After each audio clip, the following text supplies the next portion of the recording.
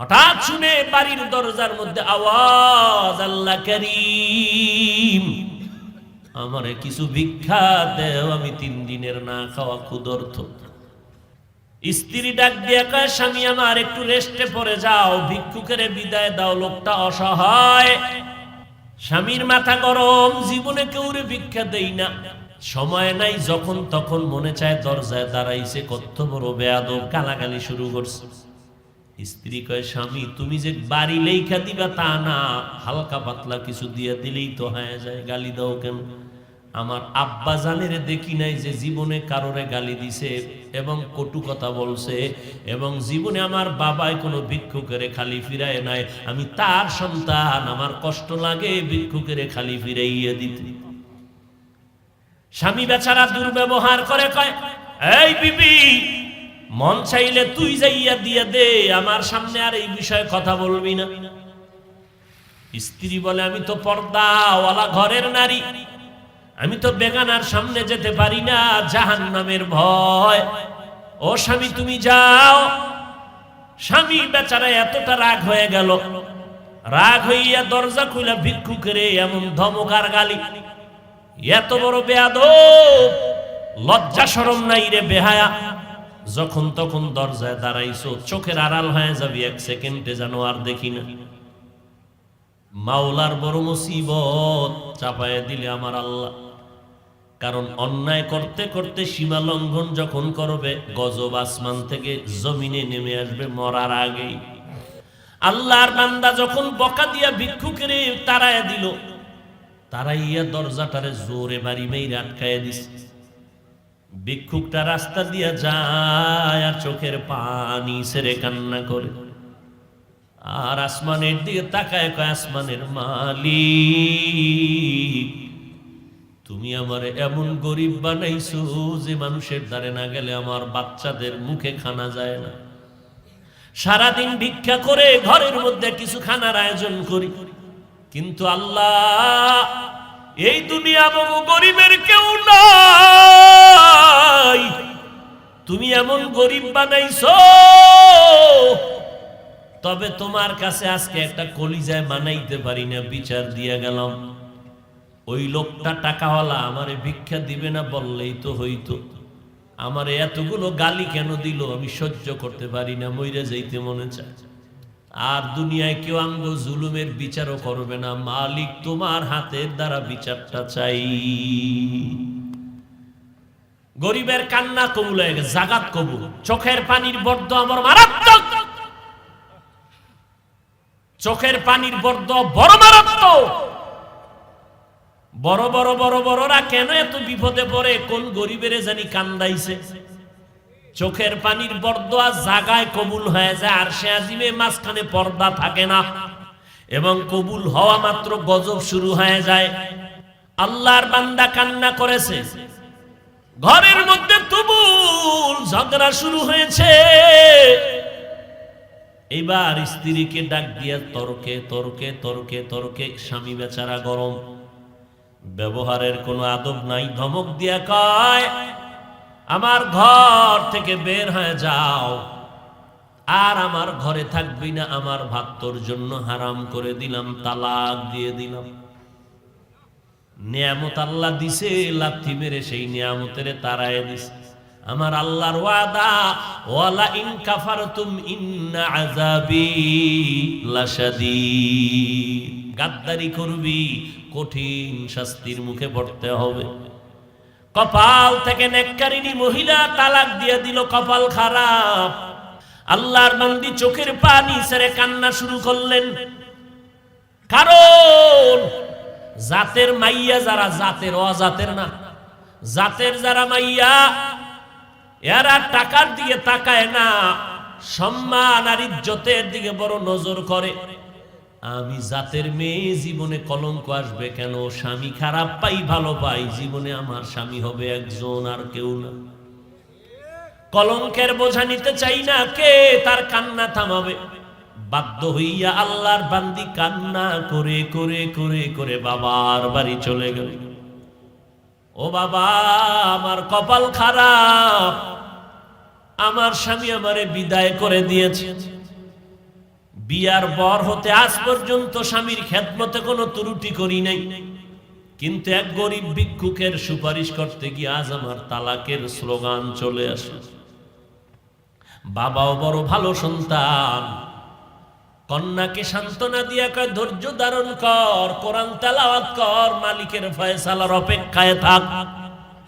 দীর্ঘ 1 বছর আল্লাহর বান্দি ঘরের মধ্যে পর্দা রক্ষা করে, কোরআন তেলাওয়াত করে, আর মাওলার দরবারে যায় নামাজে কান্দে। আল্লাহ, চাইছিলাম স্বামীটারে আমি হেদায়েতের পথে নিব, পারলাম না, কপালে নাই। আল্লাহ, তুমি এমন একজন স্বামী যদি আমারে কপালে রাখো, যেই স্বামী দিনদার হবে, একটা দিনদার স্বামী মিলায় দাও। দীর্ঘ 1 বছর পরে বিয়া হয়ে গেল, একজন দিনদার স্বামী পাইল। যদিও টাকা নাই, বাড়ি নাই, গরিব, কিন্তু আমার মাওলার বড় আশে। স্ত্রীর ওযুর পানিটা আগাইয়া দেয় আল্লাহ, স্ত্রীর গোসলের পানি আগায় দেয়, বাথরুমটা নিজে ধুইয়া দেয়, খানার প্লেটে গিয়া খেদমত করে, রান্নাঘরে গিয়া খেদমত করে। আল্লাহ, আমার মায়ার নবীর কেমন আদর্শ। আম্মা জান আয়েশা বলে, পাক করতেছি, নবী আয়েশা খেদমত করে, তরকারি আগায় দেয়।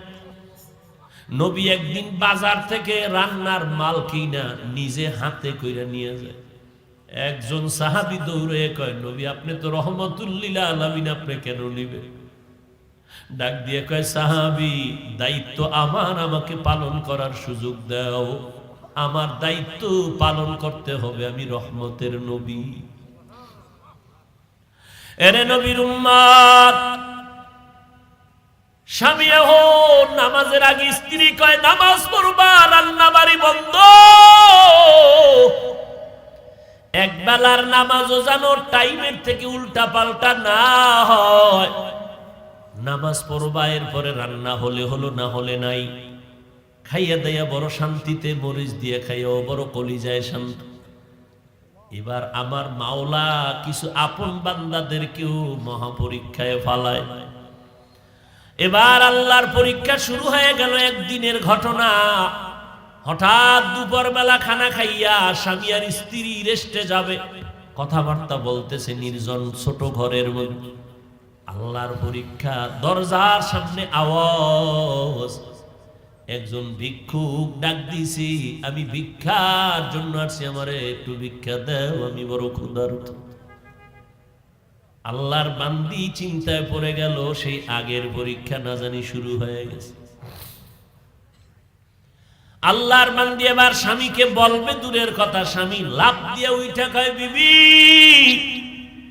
এমন একটা টাইমে ভিক্ষুক আমার দরজায় দাঁড়াইছে, খানার টাইম, ভিক্ষা দিব পরের কথা, দেখো কিছু খানা দেওয়া যায়নি। ওই নিমো হারাম টাকাওয়ালারা গরিবের লাথি মারতে চিন্তাও করে না। অথচ মদিনার নবী বলেন, গরিবেরা ধনী লোকের 500 বছর আগে জান্নাতে চলে যাবে। আল্লাহর বান্দা বলে, বিবি দেখো। এবার স্বামী বেচারা দরজা খুলে দেখে ভিক্ষুক, বৃদ্ধ মানুষ, হাঁটতে বড় কষ্ট হয়। বলে, আসেন, খাইছেন নি? কয়, খাই নাই। ঘরের দরজা খুইলা সামনে বসাইছেন একটা পাটির মধ্যে। ঘরে গেলেন, বিবি তাড়াতাড়ি কিছু দাও খানার জন্য। খানা দানা তেমন নাই, যা কিছু আছে দিয়ে তরকারি দিয়ে খানা দিল। আল্লাহর বান্দা খানা দিলেন। ভিক্ষুক ঘরের সামনে বসে বসে খানা খায়। হঠাৎ ঘরের মধ্যে আল্লাহর বান্দির নজর একটা পড়ে গেল ওই ভিক্ষুকের চেহারার মধ্যে। আল্লাহর বান্দি মহিলা ভিক্ষুকের চেহারায় অনিচ্ছায় নজর পড়ার পরে কেমন যেন শরীরের মধ্যে একটা কম্পন শুরু হয়ে গেল। মহিলা ঘরের মধ্যে গিয়া বালিশ চোখের সামনে নিয়ে কাপড় দিয়া চেপে কান্না করে। স্বামী ডাক দিয়ে কয়, বিবি তুমি কেন কান্না করো? বলে, আল্লাহর কুদরত দেখে কান্না করি। বলে, কি আল্লাহর কুদরত? বলে, ও স্বামী তুমি জানো না, যেই ভিক্ষুকটারে তুমি খানা দিয়েছো, এই ভিক্ষুকটার চেহারায় আমার নজর পড়েছে। আমার মনে সন্দেহ জাগতেছে, যেই লোকটা সামনের দরজায় বসা ভিক্ষার থালা নিয়ে আসছে, আমার কেনই যেন মনে হয় আমার আগের স্বামীর চেহারার মতো দেখা যায়।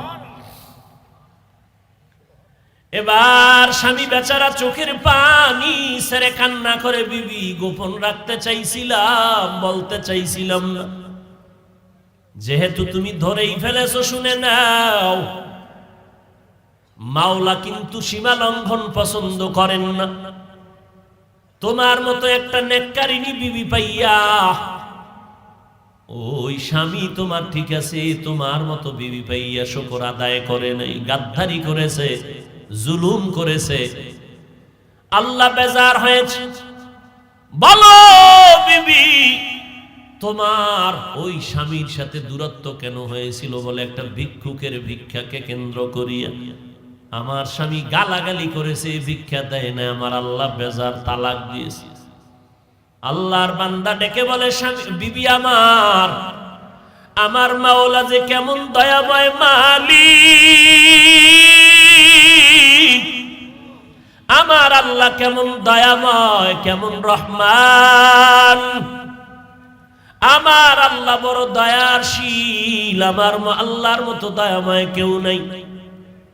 ওই স্বামীর ঘরে তুমি যেদিন ছিলা, ভিক্ষুক গিয়া ভিক্ষা চাইছিল, তোমার স্বামী কি ব্যবহার করেছিল? বলে, ও স্বামী আমার, আমার ওই পুরুষটা চূড়ান্ত গালাগালি করে ভিক্ষুকের কাঁদাইছে। এবার ডাক দিয়ে কয়, বিবি আমার, ওই দিন ভিক্ষুক ভিক্ষা চাইছিল, কিছু দিয়ে দিলেই তো হয়ে যেত, কিন্তু গাদ্দারি করার কারণে ভিক্ষুক এমন কান্না দিছে, আল্লাহ তাআলা ওই ভিক্ষুকের শুধু এখন ভিক্ষাই দেয় না, ভিক্ষা দেওয়ার আসল মালিকটা পর্যন্ত ভিক্ষুকের মাওলায় হাদিয়া দিছে। ওই দিনের ভিক্ষুক আর কেউ না, আমি স্বামী ছিলাম ওই দিনের ভিক্ষুক।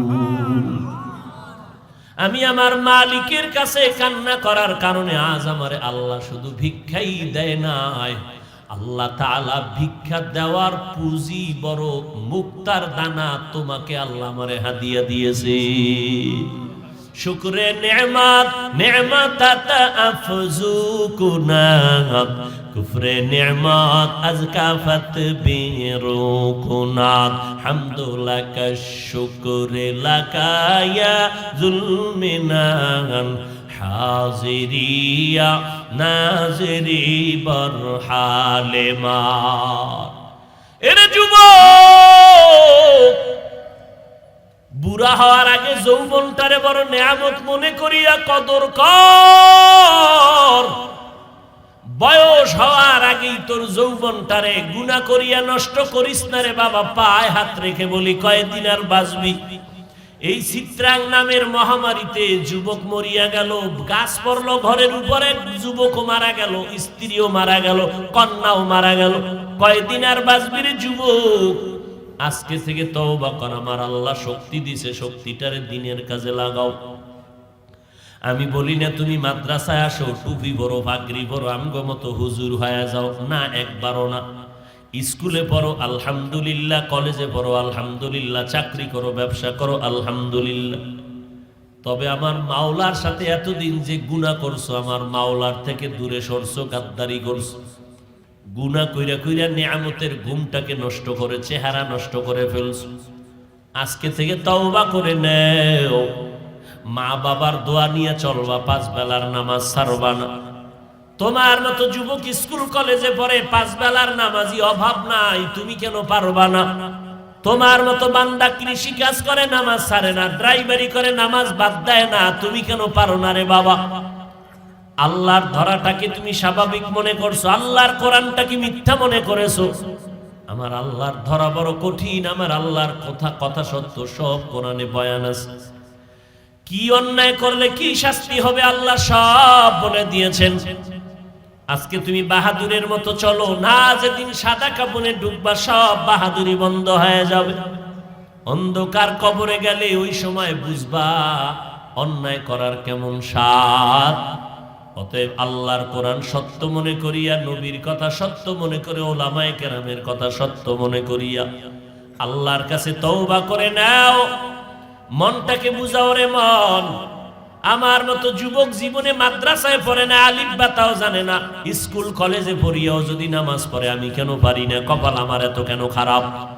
আমার মতো বান্দা যদি ড্রাইভারি করে, র্যাব, আর্মি, পুলিশ, বিডিআর চাকরি করে, কোটি টাকার ব্যবসা করে, নামাজ পড়ে আমি কেন পারি না? এরে আম্মা জানের, আপনার মতো বহু মা এখনো এই এলাকার মধ্যে আছে, 5 বেলার নামাজ পড়ে, রাতে তাহাজ্জুদের নামাজও পড়ে, পর্দা করে, হালাল খায়, বেপর্দায় কোথাও যায় না। ও আম্মা জান, আজকে সময় আছে, তওবা করে নেন। বৃদ্ধ বাবাজিরা, আল্লাহর কাছে তওবা করেন। কয়দিন আর বাঁচবেন? মরণের আগে তওবা করে নেন। আজকে থেকে নামাজ ছাড়বেন না, বেপর্দায় চলবেন না, দাড়ি কাটবেন না, জবানের দ্বারা গীবত, শিকায়াত, গালাগালি করে গুনাহগার হবেন না, হাতের দ্বারা জুলুম করবেন না, মা বাবার দোয়া নিয়ে, ওলামায়ে কেরামের পরামর্শ নিয়ে আমল করবেন, 5 বেলার নামাজ পড়বেন। গলায় ছুরি আসলে মরে যাব, তারপরও নামাজ ছাড়ব না। তবে সবার কপালে তওবা নসিব হবে না। বন্ডদের বিরুদ্ধে গীবত হইলেও গীবত করবা ঈমান বাঁচাবার জন্য, আলেমরা বলবে তাদের নাম নিয়ে, এটা বললে গীবত হলেও সওয়াব। বলো, গীবত হলেও। এবার দলিল নাও। ওয়াইলুল লিকুল্লি হুমাযাতিল লুমাযা আল্লাযী জামাআ মালান ওয়া আদ্দাদা। আসেনি? ব্যাখ্যা পড়ো, কয় পারি না। বাংলাও পারো না? বাংলা না পারলে মর। বাংলাও পারবি না তো দুনিয়াতে আইছো কেন? বাংলা কোরআন পড়ো, কয় কিনার টাকা নাই। লাগবে না কেনা, লাগবে না টাকা, মোবাইলে ডাউনলোড করো, বাংলা কোরআন লিখে সার্চ দাও, এরপরে ওয়াইলুল্লি সূরাটার ব্যাখ্যা পড়ো। 30 পারার মধ্যে যাও, শেষে ওখানে দেখবা গীবত করা হারাম, গীবত করা হারাম, গীবত করা হারাম। 4 কারণে গীবত করা ওয়াজিব। কার গীবত করবে, কে করবে, বিস্তারিত দেওয়া আছে। 2 নাম্বার কথা হলো, ভণ্ডদের বিরুদ্ধে, বাতিলের বিরুদ্ধে আমার নবী কথা বলেছেন। অতএব ভণ্ডদের বিরুদ্ধে কথা বলা হিংসা না, বরং মদিনাওয়ালা নবীর সুন্নাত। ভণ্ড বাতিলের বিরুদ্ধে কথা বলা হিংসা না সুন্নাত? আমার আল্লাহর কোরআন নিয়ে তুমি কলম দরবার, আমরা চুপ থাকবো না? এক মাওলানা ইসলামের ব্যানার লাগায় কয় কোরআন শরীফের মধ্যে জাল। কয় কেমন জাল? কয় হাদিসের থেকেও বেশি জাল। ঈমান আসেনি? আল্লাহ মাফ করে। অথচ ১৫০০ বছর পর্যন্ত কত বড় বড় বড় বড় বেঈমানেরা অপচেষ্টা করলো, কোরআনের ভুল পাওয়া যায়নি। আজও পর্যন্ত একটা ভুল কেউ বের করতে পারে নাই। বরং বহু বিধর্মীরা কোরআনের কাছে গিয়া মাথা নত করে মুসলমান হয়ে গেছে। কথা ঠিক নি? এই সাউন্ড কমাও করে। এরে নবীর উম্মতের দল, বহু বিধর্মী ভুল পাইল না, বরং মাথা নত করে মুসলমান হয়ে গেল। কিন্তু কপাল আমাদের বাঙালিদের খারাপ। ১৫০০ বছর পর সোনার বাংলায় কোন পণ্ডিতের জন্ম হলো, যিনি ইসলামের ব্যানার লাগাইয়া মাওলানা, আমার মতো লঙ্গি পরা মাওলানা না, বড় দামি টাইটেলওয়ালা মাওলানা কয় কোরআনের মধ্যে জাল, কোরআনের মধ্যে ভেজাল। এই বয়ান যদি উম্মতের অন্তরে ঢুকে আর কোরআনের প্রতি ভক্তি থাকে, গলায় পাড়া দিয়ে জিজ্ঞেস করা লাগে, এই বয়ান পাবলিকের শুনেইছো কেন? বল, কি ইসলামের লাভ কি? জুমার আগে সুন্নত লাগবে না, এটা আম মানুষের বললে লাভ কি? ইসলামের লাভ কি? নবীরা ভুল করছেন, এই কথা উম্মতের শুনাইলে ইসলামের উপকার কি? উপকার টুপকার বুঝি না, আমি মুরব্বী কইছে এটি করতে হবে। আল্লাহ হেদায়েত দান করুন। আরো জোরে বলেন। কষ্ট লাগতেছে না? হায় হায়, হিংসা না রে বাবা, পায়ে হাত রেখে বলছি, মুমিন ঈমান বাঁচাবার জন্য। আসলে যদি হিংসা নিয়ে চলতাম, হ্যাঁ একেবারে যে আমি দুধের ধোয়া তা না, কান ধরে টান দিলে মাথা চলে আসে। হয়তো আমি অন্যায় করিনি একটু, আর একজনে করছে তাল, ওই তালের বাড়িতে আমার মাথায় বাড়ি। আমি একজনারে কিছু বলি নাই, লেখি নাই, আমার পাশের এক জাতি ভাই লেখছে তো কওমি ঘরানার, এই জন্য সব কওমিদের উপরে বদনাম। যদি হিংসাই আমি হাফিজুর রহমান করতাম, পৃথিবীতে আসার পর থেকে সময় যখন টুপি লাগাইছি আজও পর্যন্ত সেই টুপি পাস করলি, জীবনে অন্য টুপি মাথায় পড়ি নাই। 10-15 বছর আগে কুমিল্লা এক জায়গায় বয়ানে গেলাম, একটা থানা প্রপারে বয়ান, আলিয়া মাদ্রাসার মাঠ। বড় একজন হুজুর ডাক দিয়ে কয়, হাফিজ ভাই, আমগো এখানে তো সব উল্টা পাল্টা মানুষ, আপনি টুপিটা পাল্টাই স্টেজে গেলে একটু ভালো লাগতো। আমি বললাম, সিনা ভবনের হইতা লাগে না, আমি যেই মানুষ, আমার বয়ান এইভাবেই চলবে। বয়ান শুনে কিনা শুনে আপনি ঘরে বয়া থাকেন, আমারে শুধু চেয়ারে বসায় দেন, এরপরে তাকায় দেখেন মাঠের অবস্থা কি। যদি আজকে সেই পাঁচকুল্লি জীবনে অন্য টুপি পরি নাই, কিন্তু যদি হিংসাই করতাম অন্য টুপির বিরুদ্ধে তো দুই একটা বয়ান করতাম। কই করি নাই তো, হিংসা কেমনে বুঝলা? আমি তো বলি নাই জাল টুপি ফালাইয়া দাও, গোল টুপি সিরা ফালাও। তুমগো হুজুরে তো কইছে পাঁচকুল্লি সিরা ফালাইয়া দাও, মুসলমানের না। আমরা কি হিন্দু? তো কি সহ্য হয়? কি ওয়াজ করবো কন্ত? অন্তরে যদি হিংসা নিয়ে থাকতাম, আমার বাবা জীবনে স্কুলের বারান্দায় পাঠায় নাই, জীবনে আমারে হাফ প্যান্টও পরায় নাই। ফুল প্যান্ট তো পরের কথা, হাফ প্যান্টও বাবায় পরায় নাই, শার্ট পরায় নাই। সেই ছোটবেলার থেকে ছোট ছোট লঙ্গি কিনা পরাইছে, পায়জামা পরেছি। এমনকি এই যে জামা দেখতেছেন, গোল জামা, দুনিয়াতে আসার পর থেকে যেদিন জামা ঢুকছে আজও পর্যন্ত কোনো কানিফারা জামাও বাবায় পরায় নাই। আমি ফতুয়া দিচ্ছি না, আমার বাবার আদর্শের বয়ান শোনাচ্ছি। কিন্তু কোনোদিন তো অন্য টুপির বিরুদ্ধে বলি নাই, অন্য পোশাকের বিরুদ্ধে বলি নাই। তো হিংসা কেমনে বুঝলা? কোনদিন তো আলিয়া মাদ্রাসার বিরুদ্ধে বলি নাই, স্কুল কলেজের বিরুদ্ধে বলি নাই, তুমি হিংসা কেমনে বুঝলা? আমরা দাঁড়াইয়া ইয়া নবী সালামু আলাইকার কিয়াম করে সালাম দেই না, জীবনেও দেই না। কিন্তু যারা দেয় আমরা তো একবারও তাদের গালি দেই নাই, দেখলে সালাম দেই। হিংসা কেমনে বুঝলা? কওমি মাদ্রাসায় জীবন ভর পড়েছি, কোনদিন আলিয়া মাদ্রাসায় যাই না। অথচ যেই মাদ্রাসায় ছোট থেকে বড় হইয়া লেখাপড়া করছি, বরগুনা পীর সাহেবের মাদ্রাসা, এক পার্শ্বে আলেম পর্যন্ত বিশাল আলিয়া মাদ্রাসা, পার্শ্বে কওমি মাদ্রাসা, কয়েক ক্লাস পড়ানো হয়। কোনদিন আলিয়া মাদ্রাসার বিরুদ্ধে বলি নাই, স্কুল কলেজের বিরুদ্ধে বলি নাই, জীবন ভর কওমি মাদ্রাসায় পড়লাম। কই হিংসা তুমি কোন জায়গা দিয়া পাইলা রে বাবা? আসলে হিংসাকার অন্তরে একটু চিন্তা করো, আর আমার আল্লাহকে ভয় করো। हर के दारत खौफे हक दर दिल मदगम जन्नतुल मअवा देहद उरा मकाम। তোমরা আবু হানিফাকে পর্যন্ত মুশরিক বলেছো, কিন্তু আমরা ডাক্তার জাকির নায়ক সাহেব নিয়ে এই আহলে হাদিস লাইনে যারা আছে, কোনোদিন একটা নাম ব্যঙ্গ করেও উচ্চারণ করি না, গালি তো ভরের কথা।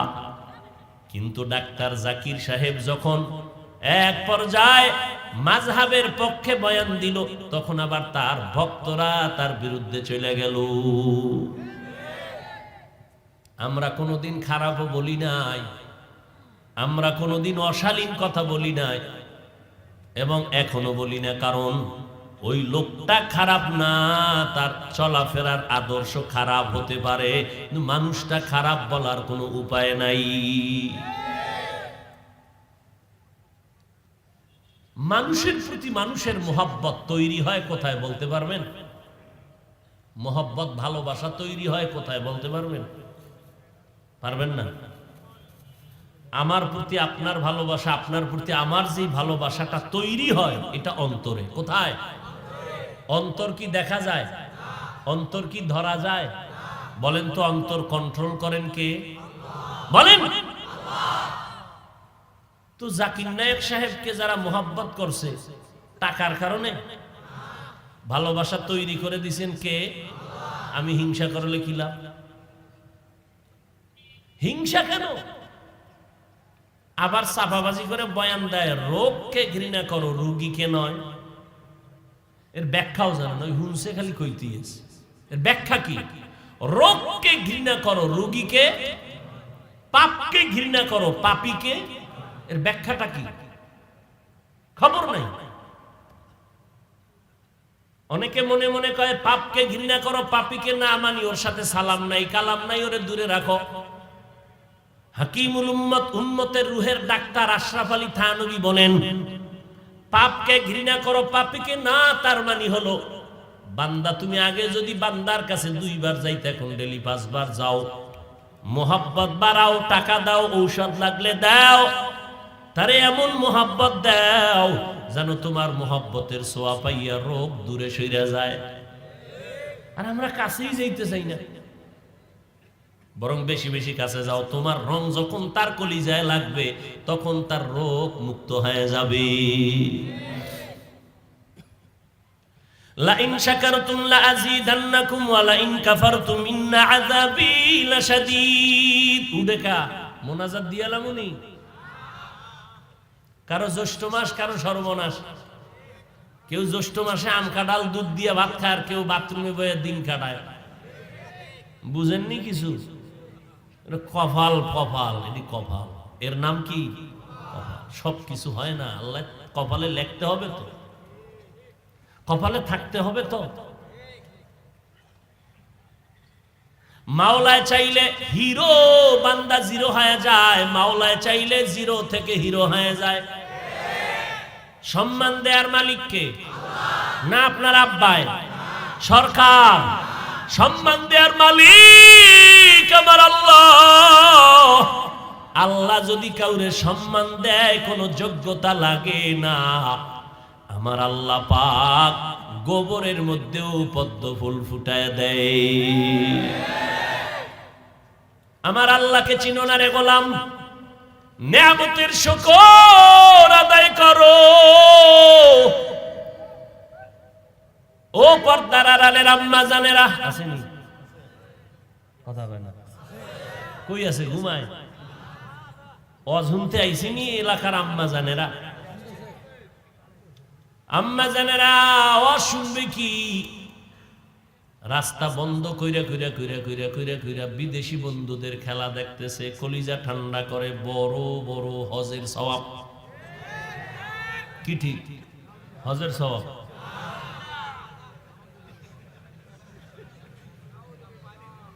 গাড়ি নিয়ে ঢুকতেছি, কি ব্যাপার? রাস্তা আটকাইয়া খেলা চাও কেন? কয় আপনার ভাল না লাগলে 10 কিলোমিটার ঘুরে এরপরে ফজরের পরে বাসায় যাও, রাস্তা আমার আব্বাই বানাইছে। মদিনার ইসলাম কয় মানুষের চলাচলের পথকে ব্যাহত করে আটকাইয়া কোনো কাজ করবি, আমার আল্লাহ তোরে লানত দিবে। সারা রাত ঘুম নাই, নামাজ নাই, রোজা নাই, পর্দা নাই, এমন জোরে এক একটা গোলকির গোলের আওয়াজে চিৎকার দেয়। চিৎকারের কারণে বিল্ডিং এর মধ্যে, ঘরের মধ্যে ঘুমের বাচ্চা লাফ দিয়া ভয়ে উঠে যায়। ঘুমান্ত মানুষ ভয় পায়, ওখানে কি হইলো? ডাকাত আইলো না চোর আইলো? খবর নাই। কে বলবে এই কথা? যারে দিয়া ভূত ছাড়ামু তারেই যদি ভূতে পায় তো উপায় কি? जिंदगी में बंदगी तू करना है, जिंदगी में बंदगी तू करना है, जिंदगी बे बंदगी शर्मिंदा है, जिंदगी बे बंदगी शर्मिंदा है। दुनिया में हो दुनिया का ताल्लुबगार ना हो, बाजार से गुजर हो खरीदार ना हो। दुनिया में हो दुनिया का ताल्लुबगार ना हो, बाजार से गुजर हो खरीदार ना हो। ये दुनिया एक मिसले कागज फूल है, ये दुनिया एक मिसले कागज फूल है। जिंदगी में बंदगी तू करना है, जिंदगी में बंदगी तू करना है। जिंदगी बे बंदगी शर्मिंदा है, जिंदगी बे बंदगी शर्मिंदा है। जिंदगी में बंदगी कुन बंदगी, बंदगी बे जिंदगी शर्मिंदगी, जिंदगी बे बंदगी शर्मिंदगी। এরে আল্লাহর বান্দা খেলা খেলা কইরা কত বান্দা দুনিয়া থেকে চলে গেল চিৎকার দিয়া। ওর কলিজার বন্ধুটা জিততে পারে নাই, মরে গেছে ঠাস কইরা। এই মরণটা শহীদ, বিনা হিসাবে জান্নাত। কেমন পাগল হইছ রে যুবক, কয়দিন আর বাহাদুরি করবি? আজ উলামায়ে কেরামদের কথাকে মূল্যায়ন করলি না। উম্মতের জন্য উলামায়ে আহলে হক বড় নেয়ামত। মায়ার নবী সারা রাত নামাজে দাঁড়িয়ে আছেন।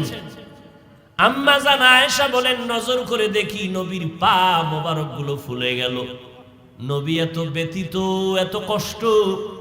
আমি আয়েশা নবীকে প্রশ্ন করলাম, নবী এত কষ্ট কেন করেন? আল্লাহ তো আপনার গুনাহগুলো নাই, কোনো গুনাহ নাই, মাফ। আল্লাহর নবী কি জবাব দিয়েছেন? আফালা আকুনা আবদান শাকুরা, আমি কি আমার আল্লাহর শুকরগুজার বান্দার মধ্যে হব না রে আয়েশা? যেই আল্লাহ আমাকে অনেক অনেক কিছু দিয়েছেন, আমি আল্লাহকে কি কিছু দিব না? যেই আল্লাহ তোমাকে আমাকে বাড়ির মালিক বানাইছেন, গাড়ির মালিক বানাইছেন, যে আল্লাহ এত সুন্দর সম্মানের চেয়ারে বসাইছেন, সে আল্লাহরে তুমি আমি কি দিয়েছি?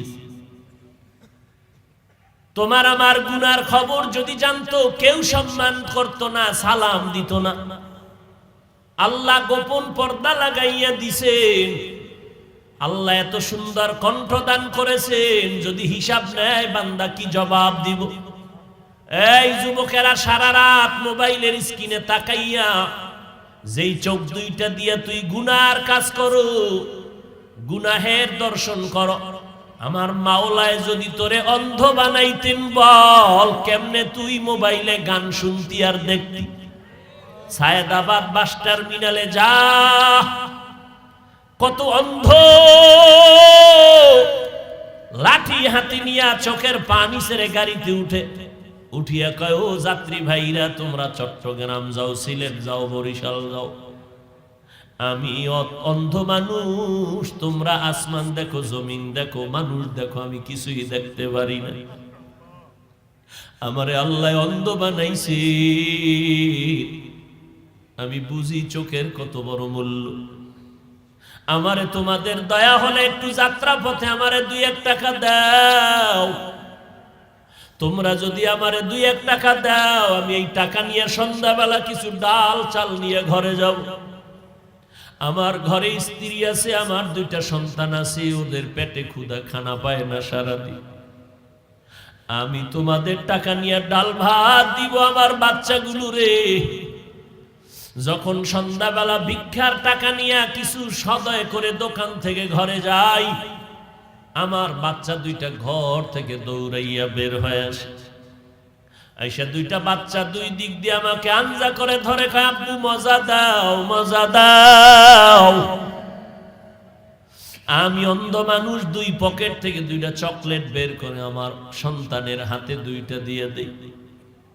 সন্তান 2টা 2 যুগ দিয়া গলা জড়ায় কয়, চুমা খায় আর কয় আব্বু তুমি কত ভালো,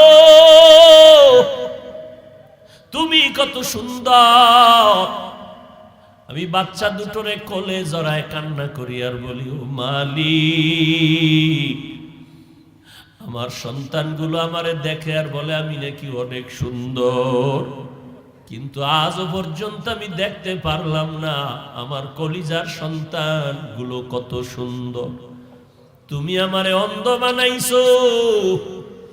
এ যুবকেরা, দুনিয়াতে ভালো হইয়া আসছে, কিন্তু অনেক মানুষ অসুস্থ হইয়া অন্ধ হয়ে গেছে। তোর অন্তরে কি ভয় লাগে না? আল্লাহ যদি তোর চোখের পাওয়ার নিয়ে যায়, জীবনে কোনো ডাক্তার আর পাওয়ার ফিরায় দিতে পারবে না।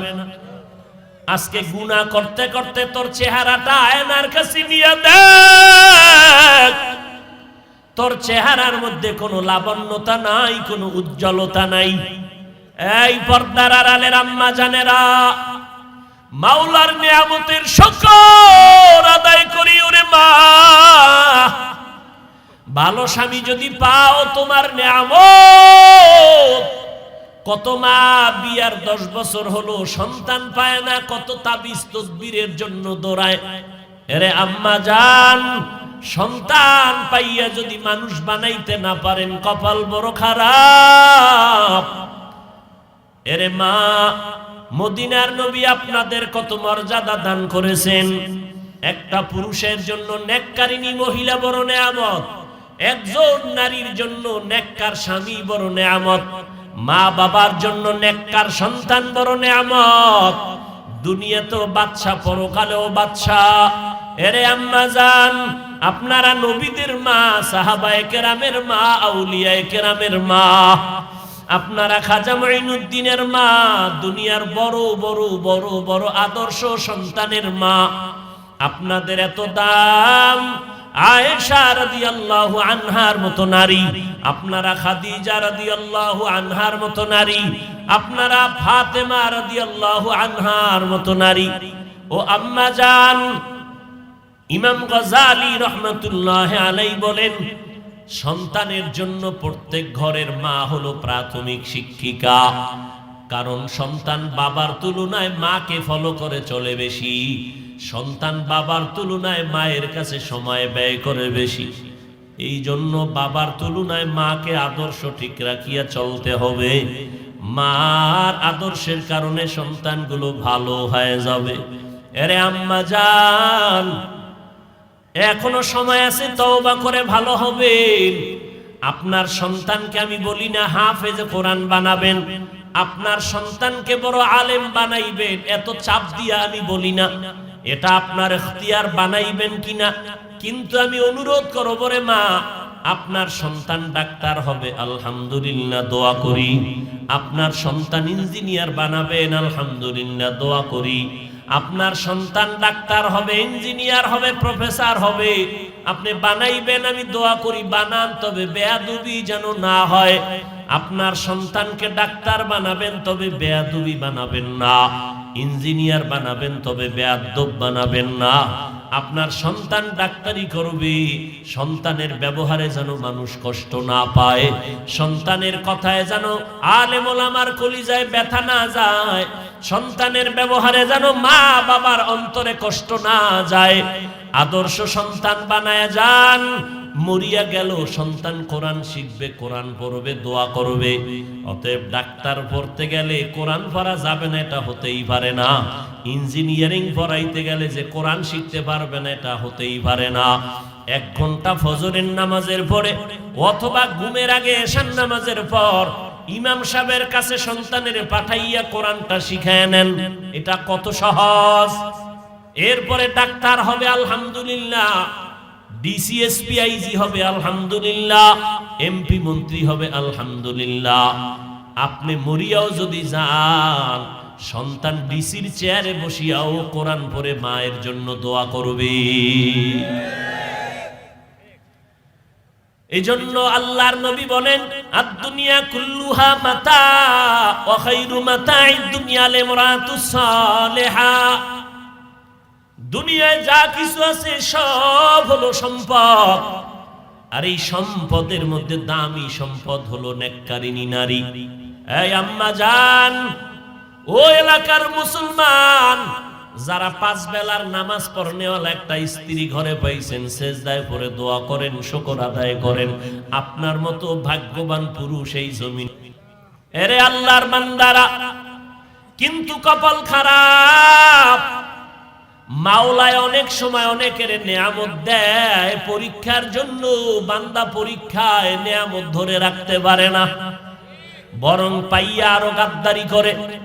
গরিবী হালাতে খুবই মাওলারে ডাকছে, মাওলায় যখন টাকা দিছে মাওলারে ভুলে গেছে। আছে না নাই? আরে আল্লাহর বান্দা, যখন তোমারে কেউ চিনত না, তুমি অত্যন্ত দুর্বল, এখন তোমারে আল্লাহ পাক চেয়ারম্যান বানাইছে, মেম্বার বানাইছে, ভালো আলেম বানাইছে, মাদ্রাসার বড় ওস্তাদ বানাইছে, কিন্তু এখন তোমার ব্যবহার শুনলে মানুষ কষ্ট পায়। তোমার জবানে এখন মিষ্টি নাই, শুধু আঘাত আর আঘাত। আল্লাহর বান্দাকে আমার আল্লাহ একটা নেককারিনী মহিলা দান করছেন স্ত্রী রূপে, কিন্তু লোকটা বড় গাদ্দার, ভালো স্ত্রী পাইয়া নিয়ামত ধরে রাখতে পারে নাই। ওই আল্লাহর বান্দি ভালো বাবার সন্তান, ঘরে আসছে 5 বেলার নামাজ, 1 বেলার নামাজও বন্ধ নাই। স্বামী নামাজ পড়ে না, কিন্তু স্ত্রী নামাজ পড়ে। ঘরের মধ্যে সব সময় ওযুর সাথে থাকে। আল্লাহর বান্দি ঘরের মধ্যে যতবার খানা পাকায়, বিনা ওযুতে পাকায় না। ঘরে থাকে, ঘুমের টাইম ছাড়া মাথার ওড়না পরে না। আল্লাহর ভাওয়া এত সহজ, বড় কঠিন রে বাবা।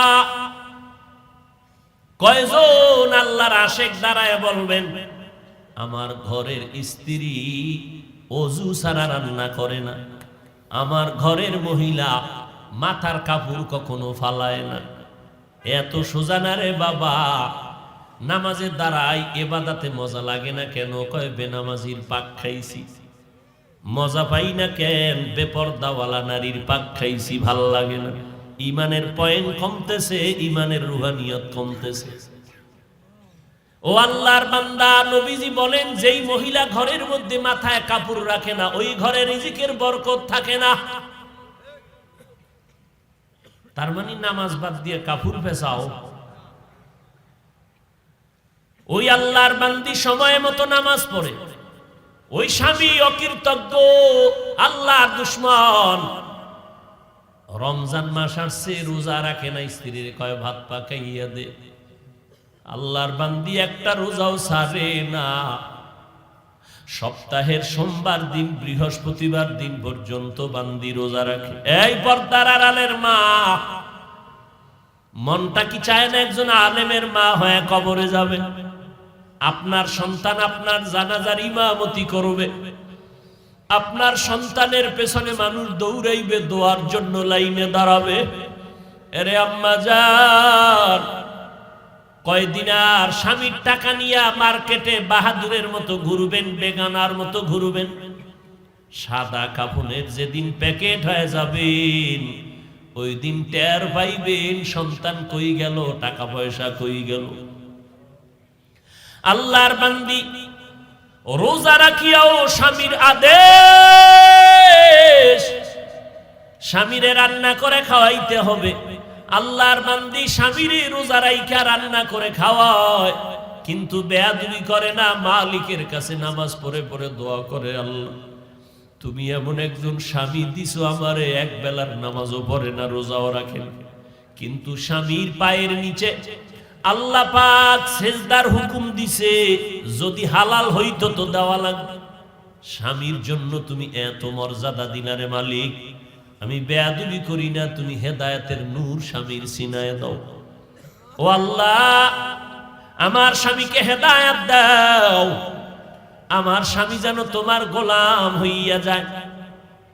ঘরের থেকে বাইরে যায়, স্ত্রী দোয়া করে, ও আল্লাহ আমার স্বামীরে হেফাজত করো, আমার স্বামীর চাকরি ব্যবসায় তুমি বরকত দিয়া দাও। কয়জন ঘরের মা আছেন যে স্বামীর জন্য দোয়া করেন, মালের জন্য, ব্যবসার জন্য দোয়া করেন?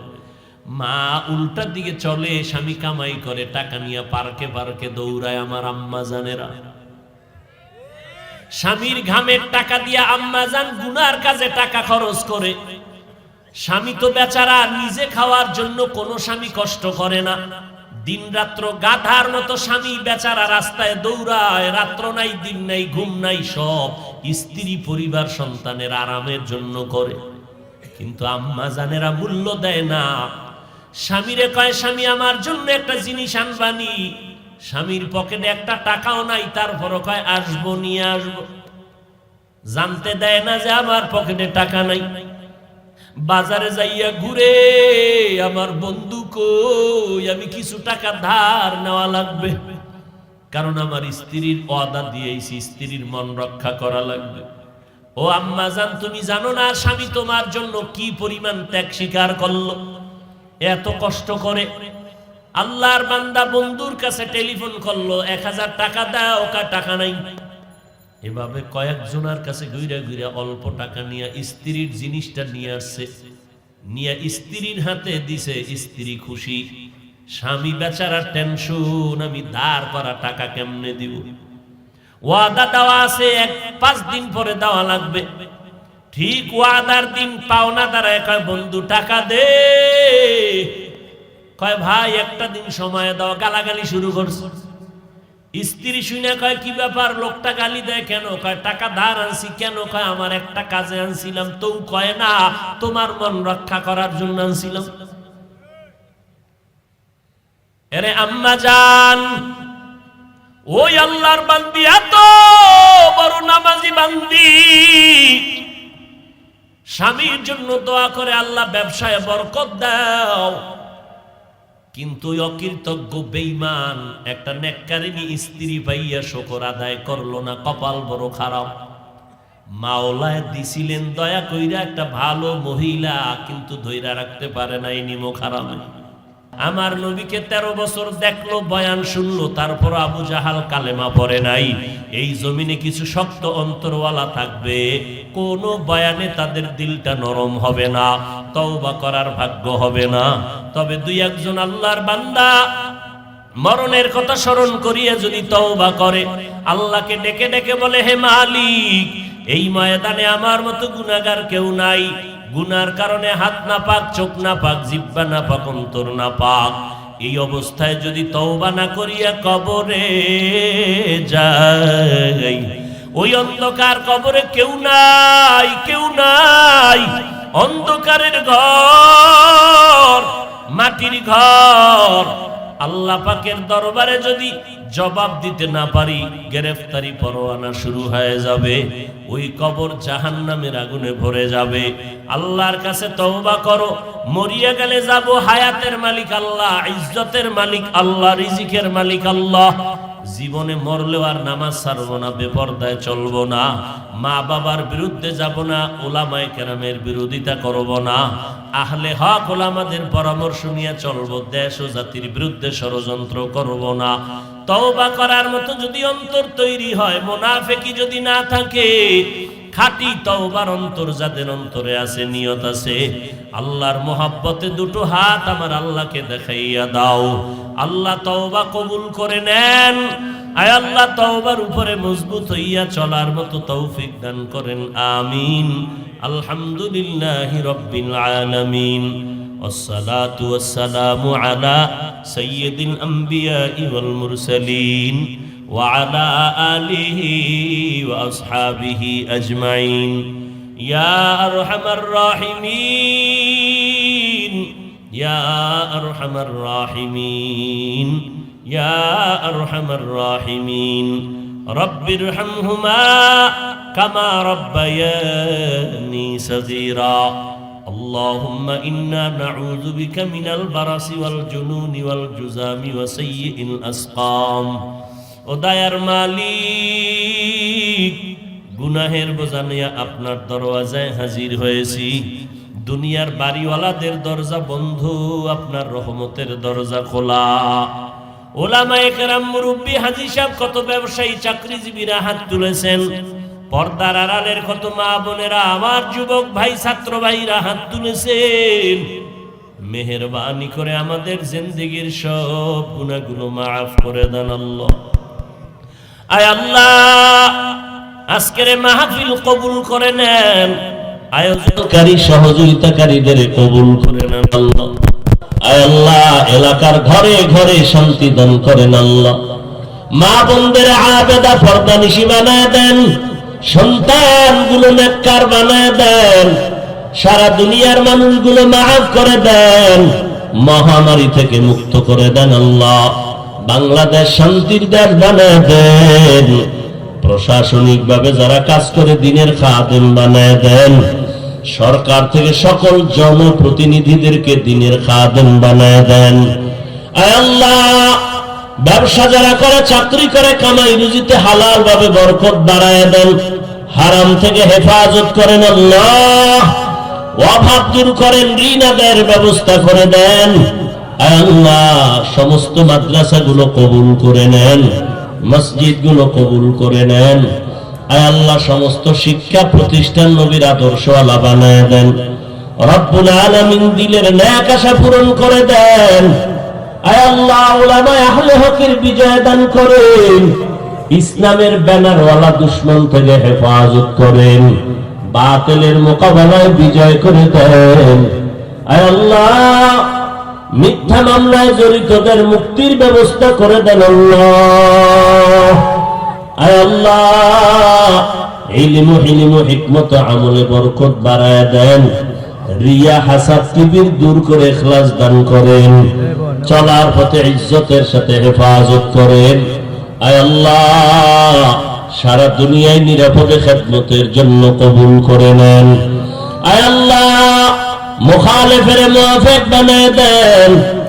রব্বুল আলামিন ময়দানে কামিয়াবির সাথে খেদমতের জন্য কবুল করে নেন প্রতিবন্ধকতা দূর করে দেন সুন্নতওয়ালা জিন্দেগি দান করেন আয় আল্লাহ ঘরে ঘরে সুন্নতের আমল জারি করে দেন আয় আল্লাহ নবীজির রওজা বাইতুল্লাহ জিয়ারতের তৌফিক দান করেন আয় আল্লাহ সুস্থতার নিয়ামত বাড়ায় দেন আমরা যারা হাত তুলেছি জানি না কার মা নাই বাবা নাই অন্ধকার কবর থেকে দোয়ার অপেক্ষায় ছেড়ে সন্তান ওই মা বাবার চেহারাটাও কি মনে পড়ে না ওই মা বাবার জন্য কি মায়া হবে না ও মালিক জানি না এই ময়দানে কারা ইয়তীম বাবার আদর পায় না বাপ হারাইয়া মা হারায় বড় অসহায় গুনার কারণে দিলটা পাথর চোখে পানি নাই কান্নাওয়ালা চক্ষু দান করেন আল্লাহ